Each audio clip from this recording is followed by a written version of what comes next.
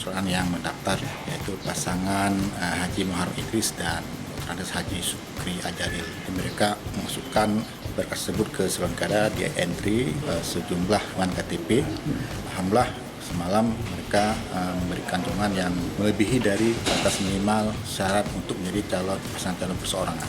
Update terbaru 15.070 dukungan dalam bentuk KTP dari minimal yaitu 13.059.